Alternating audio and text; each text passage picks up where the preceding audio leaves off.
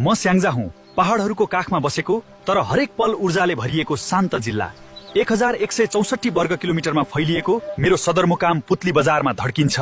मेरो खेतहरूमा सुन्तलाको मिठास र कफीको सुगन्ध बस्छ, जसले मलाई विशेष बनाउँछ। र मेरो सहर वालिङलाई पिङ्क सिटी भनेर पनि चिनिन्छ। मेरो भित्र बग्छ कालीगण्डकी, जहाँ 144 मेगावाटको शक्तिले नेपाललाई उज्यालो बनाउँछ। म केवल प्रकृति होइन, एक शक्तिशाली ऊर्जा केन्द्र पनि हुँ। मेरा गाउँहरूमा वास्तविक जीवन बस्छ।